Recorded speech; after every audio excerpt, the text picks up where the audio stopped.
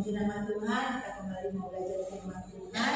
Pada hari ini saya akan memberikan sedikit firman Tuhan dengan tema menjadi orang yang berhasil dan beruntung. Kita akan buka firman Tuhan di kitab Mazmur pasal yang pertama. Kita membaca ayat yang pertama dan ayat sampai ayat yang ketiga. Sudah ketemu, kita baca ya dengan judul Jalan Orang Benar dan Jalan Orang Fasik. Berbahagialah orang yang tidak berjalan menurut nasihat orang fasik dan tidak berdiri di jalan orang yang berdosa dan yang tidak duduk dalam kumpulan pencemooh, tetapi yang kesukaannya ialah Taurat Tuhan dan yang merenungkan Taurat itu siang dan malam.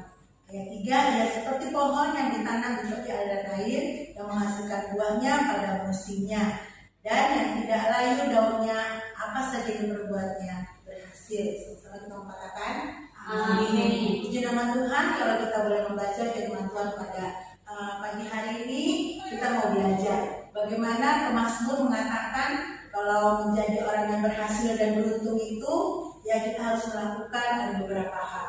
Kalau kita mau melihat kembali kepada sekitar kita, kebanyakan orang yang namanya ingin menjadi orang yang berhasil dan berbahagia itu dikonotasikan dengan harta, dengan finansial, itu kita lihat. Tapi kalau dalam firman Tuhan sebagai orang percaya dikatakan kalau kita mau berhasil dan beruntung dalam hidup kita, kita melakukan hal-hal yang demikian.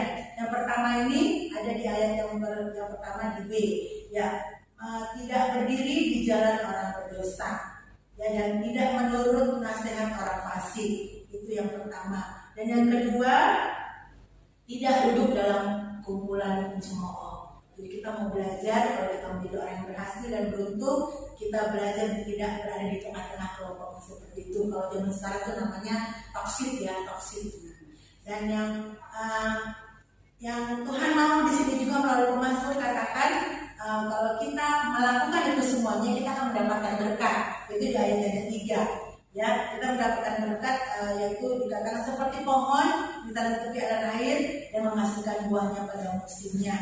Dan yang selanjutnya apa saja yang kita berbuat pasti berhasil.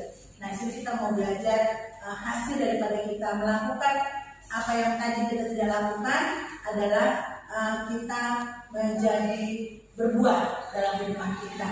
Nah, itulah yang saya mau sampaikan pada saat ini. Bila kita mau jadi orang-orang yang berhasil di tengah tantangan yang ada saat ini, kita mau jadi orang yang berhasil dan beruntung, bisa kita melakukan firman Tuhan. Dan yang terakhir, bila kita boleh menjadi orang yang selalu merenungkan firman Tuhan dan membaca firman Tuhan. Puji nama Tuhan, demikian saya sampaikan dari sumber hati.